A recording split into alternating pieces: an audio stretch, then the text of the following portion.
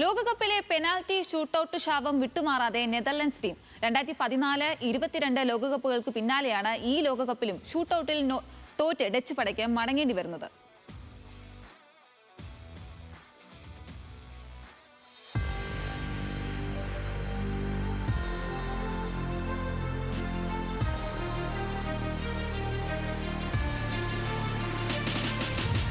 ലോകകപ്പിലെ ഫേവററ്റുകളായ ടീമുകളിലൊന്ന്.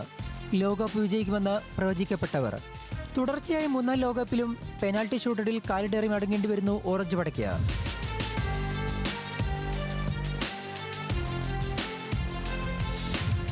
ഗ്രൂപ്പ് ഘട്ടത്തിൽ ചാമ്പ്യന്മാർ, ഗോളടിച്ചു കൂട്ടിയ താരങ്ങൾ. മൊറോക്കോക്കെതിരെ ഇറങ്ങുമ്പോൾ ആത്മവിശ്വാസത്തിലായിരുന്നു ഡച്ച് പട. ഒരു ഗോളിന് മുന്നിൽ നിന്നപ്പോൾ ജെയിംസ് സ്വപ്നം കണ്ടെങ്കിലും ഇഞ്ചുറി ടൈമിലെ ഗോളിയുടെ മൊറോക്കോ സമനില പിടിച്ചു. ഷൂട്ടൌട്ടിൽ അനുഭവ പരിചയമുണ്ടായിട്ടും ഇത്തവണയും നെതർലൻഡ്സിന് പിഴച്ചു. 3 താരങ്ങളാണ് പെനാൽറ്റി പാഴാക്കിയത്. മൊറോക്കോയുടെ തടഞ്ഞ പെനാൽറ്റി കിക്ക് നെതർലൻഡ്സ് ഗോൾ കീപ്പറുടെ കാൽ തട്ടി ഗോളായതും നിർഭാഗ്യത്തിന് തെളിവായിരുന്നു. അവസാനം കളിച്ച 2 ലോകകപ്പുകളിലും സമാന രീതിയിലായിരുന്നു നെതർലൻഡ്സിന്റെ പുറത്താകൽ.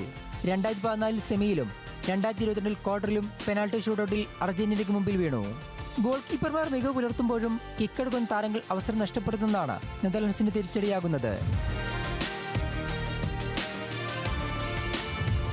ഷൂട്ടൌട്ടിൽ ഫുട്ബോൾ ലോകത്തെ അത്ഭുതപ്പെടുത്തിയ ചരിത്രമുണ്ട് ഡച്ച് പടയ്ക്ക്. 2014 ലോകകപ്പ് ക്വാർട്ടറിലായിരുന്നു അത്.